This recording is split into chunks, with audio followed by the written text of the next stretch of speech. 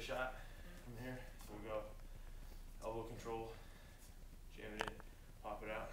Go ahead and just hit it like a little half sprawl for now. All right, so now we're gonna hit a shot, attacking the legs. I'm gonna hand fight constantly. I should always be hand fighting, looking for what I want out of a tie. That might include our drags we've done. That might include our parries. All sorts of things I can do.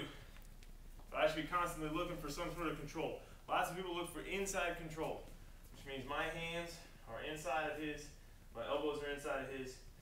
All right, so we're here. I actually am okay if Jacob has inside control, so I'm gonna let him be inside.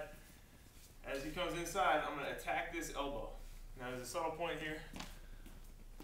A lot of times when he sets up inside, you can see his thumb is blocking my bicep here, okay, which makes my control of his elbows really weak. Right now he's got what we call a V block.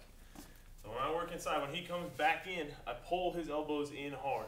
You can see his hand is past my arm now, he can't block me off. He still probably feels relatively safe here because he's got inside ties. That's what he's been taught to do.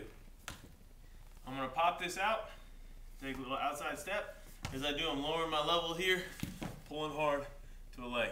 Right now you can see my angle is bad. I'm pulling off into the distance, so I have to change that. I take a step and pivot. Now my chest is going through the man, and I'll be able to take him down.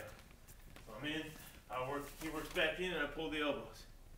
Pop the elbow, pull over my head. Turn hard, drive through. Okay, now Jacob's gonna hit, I'm inside. Okay, he's got the elbow controlled, pops it off, drives right across. One final point on that, as I'm finishing, I want to try to get my right knee across his far side left knee to avoid chasing him in circles. A lot of times, decent wrestlers will take a shot here and then drive for hours in a circle, getting increasingly tired, wondering why they can't take the guy down.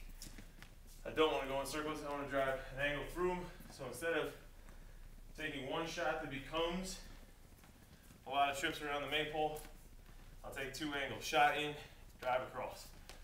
So as I'm here, initial shot in, turn hard. I pivot my hips, now I'm gonna be driving across him. As I drive up, you can see my right knee is trying to get across his far knee here. Head stays up, drive through. If I can keep my shoulder right in his gut, I want to. Good.